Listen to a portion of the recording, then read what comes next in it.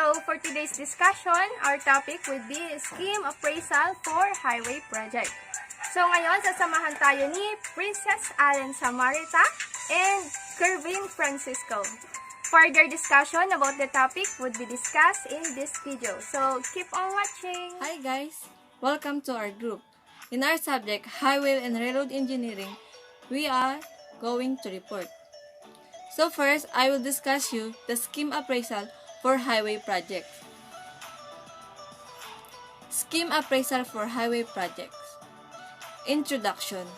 So each project must therefore be subject to an appraisal. So ano nga ba yung appraisal? Appraisal is yung isinasaalang or isinasaalang-alang. The aim of the highway appraisal process is therefore to determine the economic, societal, and environmental feasibility of the project or group of projects under examination. So, kailangan yung goal ng isang project, ng isang highway project is kailangan nitong ma-determine kung ano ba yung magiging posibilidad na apekto or project sa ating societal at environmental. The process enables highway planners to decide whether a project is desirable in absolute terms and also provide a means of choosing between different competing project options, all of which have the ability to meet the stated goals and objects of the project sponsor. So of course, sa isang project planner, meron tayong goal and objectives. So this process will help you to choose kung alin ba dapat ang i-pursue. Next is the reason choice. Model of individual or group decision provides a decision-making framework within which scheme appraisal can take place, providing a technical foundation for non-recurring decision such as the assessment of highway, construction, improvement proposal. So meron tayong mga step. First is the problem recognition. The decision maker determines that the project exists and that a decision must be reflected on. Next is the goal identification. The decision maker details our desired result or outcome of the process. Identification of alternative highway scheme. Different potential solutions are assembled prior to their evaluation. Next is the information search. Decision maker seeks to identify characteristics associated with the alternative solution. Fifth is the assessment of information on an alternative highway scheme. The information necessary for making a decision regarding the prepared option is gathered together and considered. Selection of prepared highway scheme. A prepared option is selected by the decision making for implementation in the future. Evaluation. The decision is assessed a period of time. After its implementation is prepared to evaluate it on the basis of its achievement results. So there's two. The scheme appraisal process for highway scheme can be broken down probably in two sections: economic evaluation and the environmental assessment. Economic appraisal of highway scheme. At various points in the development of highway project, the developer will require economic assessment of the route option under the consideration. This will improve or involve comparing the information performed against the current situation term, the do-nothing alternative, and or against the do-minimum alternative involving the low upgrading of the existing facility. Computation are performed on the cost and benefit associated with each highway option in order to obtain one or more measure upward for each. Engineering economics provide a number of techniques that result in numerical values, term measure of economic worth. This, by the definition, consider the time value of money, an important concept in engineering economics that estimates the change in worth of an amount of money over a given period of time. So there's some common measure of worth. First is the net present value, the NPV. Next is the benefit cost ratio or the BC. And the last is the internal rate of return, the IRR. Economic appraisal techniques can be used to justify a scheme in absolute terms. in which case the decision is made on the basis of whether the project is economically efficient or not. Cost-benefit analysis, or the CBA. The framework within which this evaluation of the economic consequence of highway scheme takes place is referred to a cost-benefit analysis. Identifying identifying the main project options. This is the fundamental step in the CBA process, where the decision maker compiles a list of a relevant feasible option that they wish to be assessed. So it is useful to include the do nothing option within the analysis in order to gauge those evaluated against the baseline scenario where no work is carried out. So para hindi masayang. The do minimum option offers a more realistic course of action where no new highway is constructed, but a set of traffic management improvements are made to the existing route in order to improve the overall traffic performance. So, ito mga katulad talaga to. Evaluation of the do-nothing scenario does, however, ensure that in addition to various leave options being compared in relative terms, these are also seen to be economically justified in absolute terms. In other words, their benefit exceeds their cost. The term feasible refers to opinion that on a preliminary evaluation present themselves as a variable courses of action that can be brought to completion given the constraints imposed on the decision maker, such as lack of time, information, and resources. Finding sound feasible option is an important component of the decision process. The quality of the final outcome can never exceed that allowed by the best option examined. There are many procedures for both identifying and defining project option. This includes drawing the personal experience of decision maker himself as well as other experts in the highway engineering field, making comparison between the current decision problem and ones previously solved in successful manner, examining all the identifying all relevant costs and benefits. So the application of cost-benefit for project assessment in the highway area is made for complicated by the wide array of benefits associated with a given road initiative. Some easier to translate into monetary values than others. Many of the benefits of improvements to transport projects equate to decrease in cost. So the primary grouping that contains this type of economic gain, benefits of this type accrue to those who will actively use the proposed installation. This grouping includes reduction in vehicle operating cost, of course the saving times, the reduction in the frequency of accidents, economic life residual value, and the discount rate. A highway project is often complex and long-term with the cost and benefit associated with it occurring over a long time frame, which we term the life of the project, a parameter that which use of economic indicators to assess basic economic viability. The decision maker must now choose the actual mechanism for comparing analyzing the costs and benefits in order to arrive at a final answer for the benefit of each of the project option under consideration. So there are three techniques listed earlier. So first is the NPV that estimate the economic worth of the project. Next is the DIR will give for each option under consideration, and the BC ratio based on the ratio of the present value of the benefits to the present value of the cost. Advantage and disadvantage of cost-benefit analysis. So sa advantage naman, the use of the common unit of measurement money facilitates comparison between alternative highway proposal and hence aids the decision-making process. It offers a broader perspective than a narrow financial investment appraisal concentrating only on the effects of the project, on the project developer, be that the government of a group of investors. The primary basis for constructing an highway project may be a societal and environmental rather than economic one. So, meron tayo din disadvantage. Yung primary basis for constructing a highway project may be a societal or environmental rather than economic one.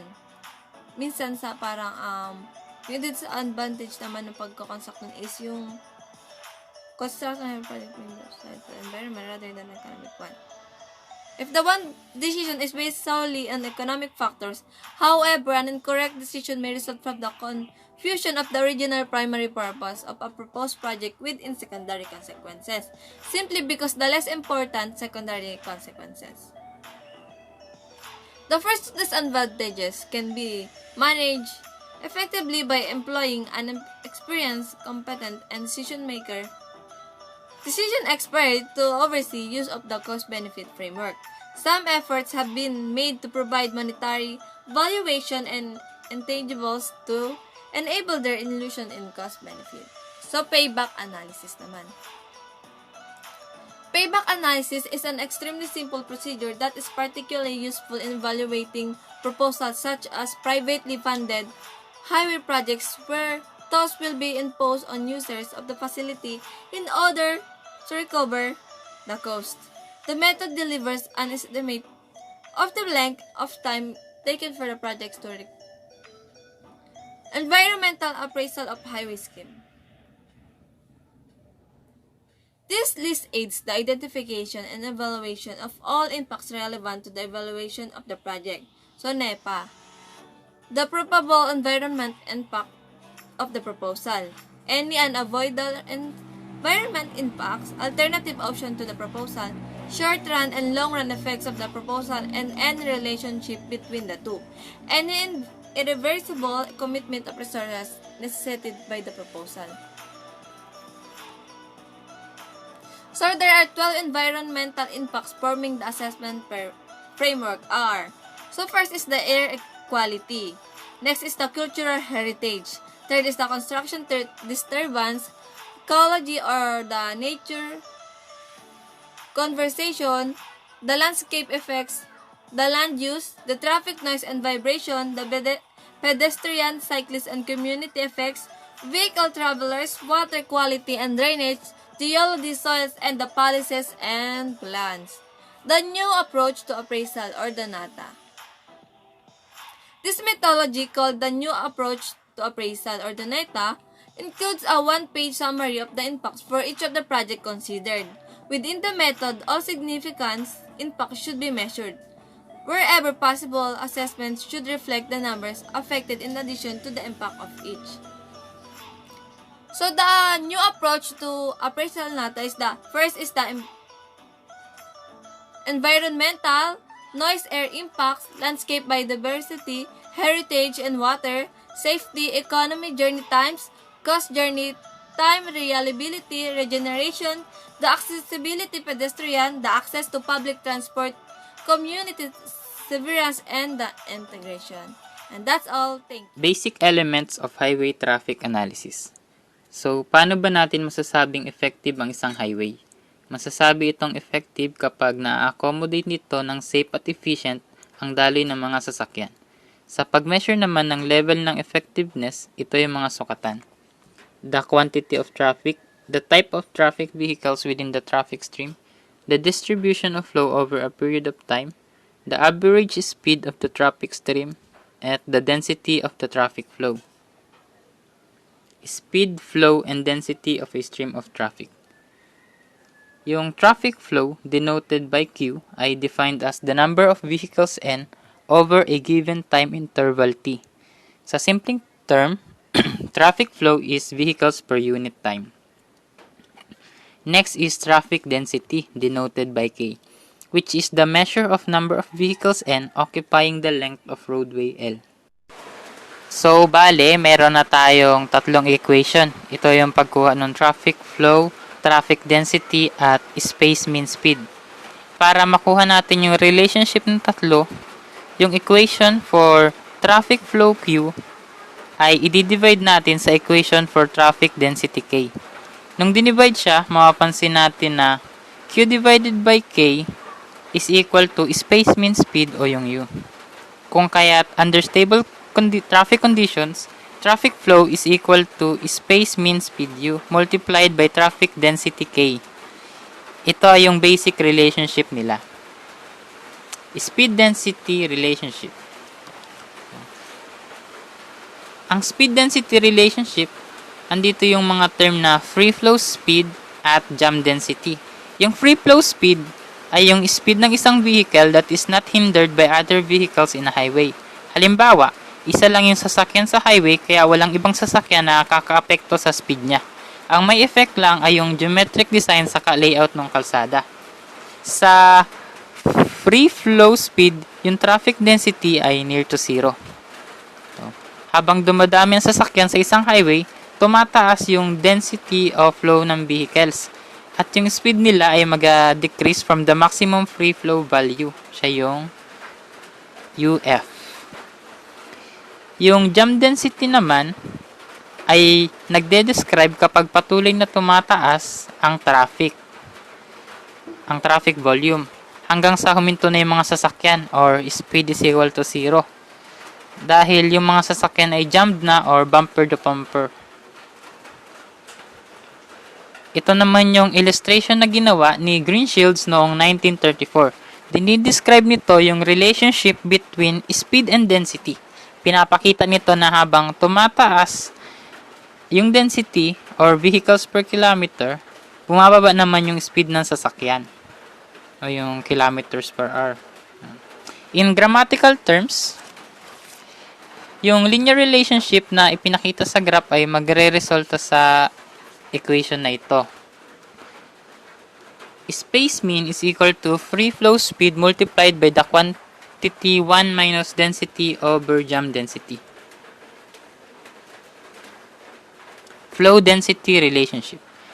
Upang makuha ang relationship ng flow at density, i-combine natin ang equations 5 at 6 at magre-resulta ito sa equation na ito, which is traffic flow is equal to free flow speed multiplied by the quantity density minus density squared over jam density. Ito po yung itsura nung graph niya. Yung maximum density niya ay yung tapat ng pinakamataas na part ng parabola. Para makuha yun, i-differentiate natin yung equation 7 and set equal to 0. So, since UF is not equal to 0, the term within the brackets must equal to 0. Then, the resulting equation niya is ito, yung maximum density is equal to jam density over 2. Speed flow relationship. So, in order to derive the relationship, equation 6 is rearranged as, ito po yung equation 6, nire-rearrange po natin siya para maging ganito. By combining this formula with equation 5, the following relationship is derived. So, ito po yung equation 5. Iko-combine po natin siya dito sa equation 9. Ang resulting equation niya po ay ito, which is traffic flow is equal to jam density multiplied by the quantity space mean speed minus the square of the space mean speed over the free flow speed. Ito po yung illustration niya. Yung maximum flow na QM is yung highest point ng parabola. Tapat naman nun yung speed at maximum flow. Para makuha yung speed at maximum flow, i-differentiate natin yung equation 10 na magre-resulta naman dito, which means that the speed at maximum flow is equal to half the free flow speed. Maximum flow naman, itong equation na ito, ay equal to free flow speed multiplied by the jam density. In determining the capacity of highway, meron tayong ginagamit na two approaches, which is the level of service and the other one is the capacity. So the first approach is the level of service approach, wherein it considers the driving comfort, maintaining the speed on highway, and the traffic. There is the involved of traffic interruptions and restrictions. But the level of service ay nakadepende siya sa volume or rate ng traffic. Well, the second approach is the capacity. wherein it is associated with traffic and traffic volume and traffic density, kung saan ang traffic volume ay number of vehicles passing at a given road point during a specific time, or pwede rin natin siyang i-term as volume per hour. Samantalang yung traffic density naman dito ay yung number of vehicles that occupies the unit length of the lane at a given time. Then, pwede din natin siyang i-termed as volume per kilometer. Meron tayong tinatawag na mga levels. Sa levels, nakapaloob dito ang levels from A to F, which is the level A is the highest level while the F is the lowest level. Level or service A represents the free flow condition where the traffic flow is virtually zero. So, ibig sabihin, there is no restriction on maneuverability. Ibig sabihin din, there is no traffic congestion dito sa service A. Makikita pa natin yung free-flowing vehicle sa roads. While in service B, it represents the reasonable free flow condition. Ibig sabihin, medyo restricted na siya. Pero, it is mostly designed in rural highways. Service C or the level C, it delivers a stable flow condition, wherein it is suitable for urban design. Restricted na din siya sa speed lane changes and overtaking. The level D or service D, wherein the highway is operating at a high density level but stable flow still prevails. Dito, meron na tayo mga severe restrictions on driver's ability to maneuver. And yung levels of comfort and convenience niya is mababa na. Yung level E or service E, it represents the level at which the capacity of the highway has been reached. Ibig sabihin, yung levels of comfort and convenience dito sa level na ito is very poor. And thus, all the speeds are low in relatively uniform. In service F, it describes a state of breakdown or force flow with flows exceeding capacity. Ibig sabihin, nagkakaroon na dito ng huge traffic wherein yung speeds at volume ay nagda-drop na sa zero. And ito ay due to the downstream congestions. Before we proceed to the next topic, which is determining the flow rate in highway, let's first have some definitions. We have the hourly volume. It is the highest hourly volume within a 24-hour period. Next is the peak hour or peak hour factor or the PHF, which is the ratio of the hourly volume to the peak 15-minute flow enlarged to an hourly volume. So, para makuha natin itong peak hour factor, we're going to use this formula. Next is the service flow or SF. It is the peak 15-minute flow enlarged to an hourly value. So, para makuha natin yung service flow, we're going to use this formula. Maximum service flow rates for multi-lane highways. So, the highway capacity manual generates maximum flow values obtainable on a multi-lane highway given a certain speed limit and prevailing level of service.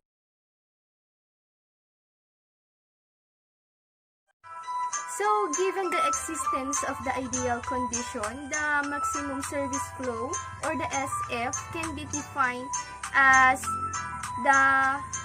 this formula. So, wherein N is the number of lanes in each direction and C sub J is the capacity of the standard highway lane for a given design speed. Also, if there is the ideal condition, we have the non-ideal condition. It corresponds to this formula. For correction factor, we use this formula, the maximum service flow rates for two-lane highways. Meron din tayong mga conditions dito sa two-lane highways.